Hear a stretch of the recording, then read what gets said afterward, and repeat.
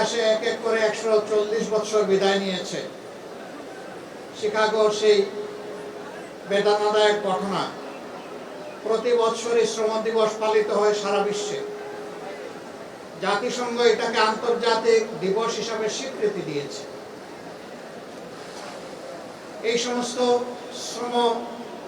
শ্রমিক সমাবেশে বিভিন্ন দেশের সরকারি বিরোধী দল, বিভিন্ন পর্যায়ের রাজনৈতিক নেতৃবৃন্দ হাজির হন, বক্তব্য দেন, আশ্বস্ত করেন যে আমরা আপনাদের জন্য এই করব, ওই করব, আপনাদের আর কোনো দুঃখ দুর্দশা থাকবে না। 140 বছরে যদি তাদের দেওয়া প্রত্যেকটা ওয়াদা তারা 10 ভাগের 1 ভাগ করেও পালন করতেন, তাহলে এতদিনে শ্রমিকদের আর কোনো দাবি দেওয়া অবশিষ্ট থাকত না। 364 দিন এই দাবি সবাই ভুলে যায়, আর 1 মে আসলে এই দাবিতে সবাই দরদি আন্তরিক হয়ে ময়দানে নেমে পড়ে। আমাদের অবস্থাও তার ব্যতিক্রম কিনা আল্লাহ ভালো জানে। তবে হ্যাঁ, একটা ব্যতিক্রম আছে। আমরা বিশ্বাস করি একটা সমাজে বিভিন্ন শ্রেণী এবং পেশার মানুষ থাকবে, কিন্তু সাধারণত দুনিয়ায় যদি প্রাপ্তবয়স্ক জনসংখ্যা হিসাব করা হয়, তাহলে প্রত্যেকটি সমাজেই অন্যান্য সকল পেশার চাইতে শ্রমিকদের সংখ্যা হবে নিঃসন্দেহে বেশি। এই বৃহত্তর জনগোষ্ঠীর প্রয়োজন এবং মর্যাদাকে উপেক্ষা করে একটা সমাজ কখনো টেকসই হতে পারে না, সত্যিকারের উন্নয়ন আসতে পারে না। দুনিয়ার বিভিন্ন প্রান্তে যারা নিজেদেরকে বামপন্থী বলে দাবি করেন, তারা শ্রমিকদের অধিকার নিয়ে বেশি সংগ্রাম করেন। বাংলাদেশ, তার আগে পাকিস্তান, এইটা তার কোনো ব্যতিক্রম নয়, ধারাবাহিকভাবে চলে আসছে। আমরা কি দেখি, যখনই কোনো ইস্যু আছে এই সমস্ত নেতা নেত্রীরা সামনে এসে দাঁড়ায় যায়, তারপরে এখানে আন্দোলন দানা বেঁধে উঠে, মাঠ গরম হয়, কিছু মানুষের জীবন যায়, কিছু মানুষ আহত হয়, কিছু মানুষের চাকরি যায়, কিন্তু নেতা নেত্রীরা রাতের আধারে তাদের ভাগটা পেয়ে যায়। তাদের ভাগ পেয়ে তারা সন্তুষ্ট হয়ে যায়, তখন গড়ে ওঠা আন্দোলনকে তারা ব্ল্যাকমেইলিং করে। এইভাবে যুগ যুগ ধরে নেতা নেত্রীর কপালের পরিবর্তন হলেও সাধারণ শ্রমিকদের ভাগ্যের কোনো পরিবর্তন হয়নি। তারা আবার শ্রেণী সংগ্রামের আওয়াজ তোলেন। তারা বলেন শ্রেণী শত্রু খতম করতে হবে। শত্রু কারা?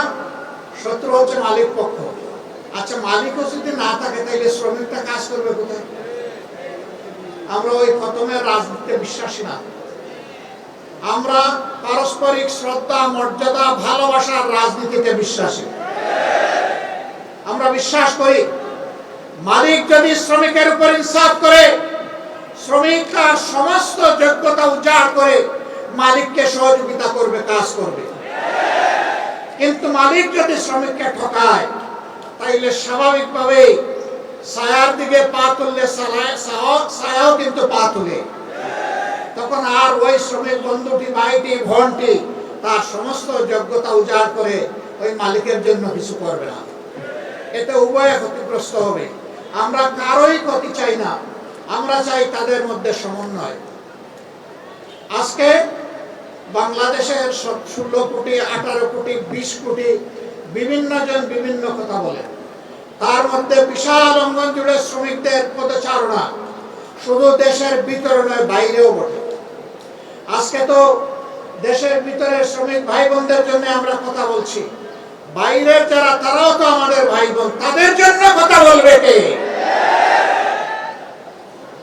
সামান্য রুটি রুজির আশায়, একটু আশ্রয়ের আশায়, একটু ভাগ্য পরিবর্তনের আশায় এরা জীবনের ঝুঁকি নিয়ে সমুদ্রে নৌকার উপর চড়ে বসে।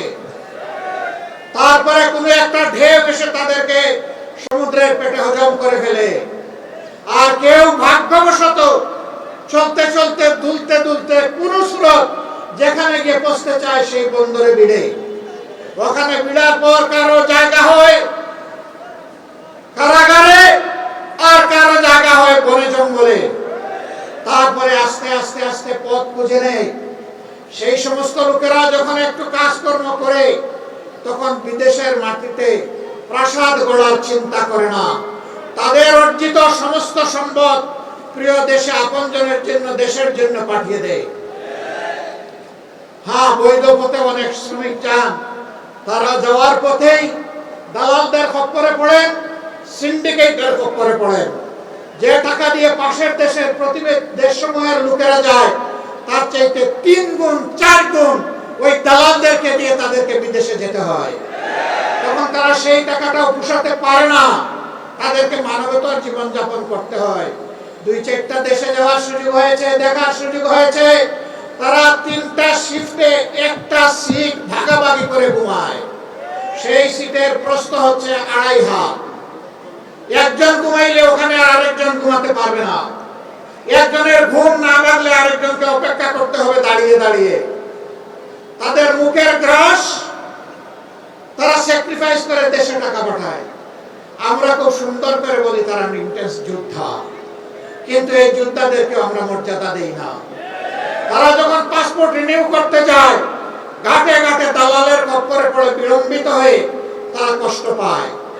বছরের পর বছর যায়, সেখানে মিশন আছে, হাই কমিশন আছে, সেখানে আমাদের এমবাসি আছে, বড় বড় কর্মকর্তা কর্মচারীরা আছে, কিন্তু আমাদের এই ভাই বোনদেরকে সেখানে ভোগান্তি পোহাতে হয়। তারা কেউ যখন চাকরি হারায়, যদি সঙ্গত কারণে হারায় বলার কিছু নেই, কিন্তু অনেকে অসঙ্গতভাবে হারায়, তাদের পাশে দাঁড়ানোর কাউকে খুঁজে পাওয়া যায় না। আমরা এই পরিস্থিতি আর দেখতে চাই না। আমরা দেখতে চাই যেমন করে তাদেরকে রেমিটেন্স যোদ্ধা বলা হয়েছে, তেমন করে যেন তাদের মর্যাদাটাও তাদেরকে দেওয়া হয়। তাদের প্রয়োজনে দেশ এবং সরকার যেন তাদের পাশে দাঁড়ায়। যদি ওই সমস্ত এমবাসি এই কাজ না করতে পারে, ওখানে এমবাসি থাকারই কোনো প্রয়োজন নেই। এমবাসি কার জন্য? এমবাসির কিছু কর্মকর্তা কর্মচারীকে লালন পোষণ করার জন্য নয়। এমবাসি ওখানে দেওয়া হয়েছে দেশের জনগণের স্বার্থকে সেখানে রক্ষা করার জন্য।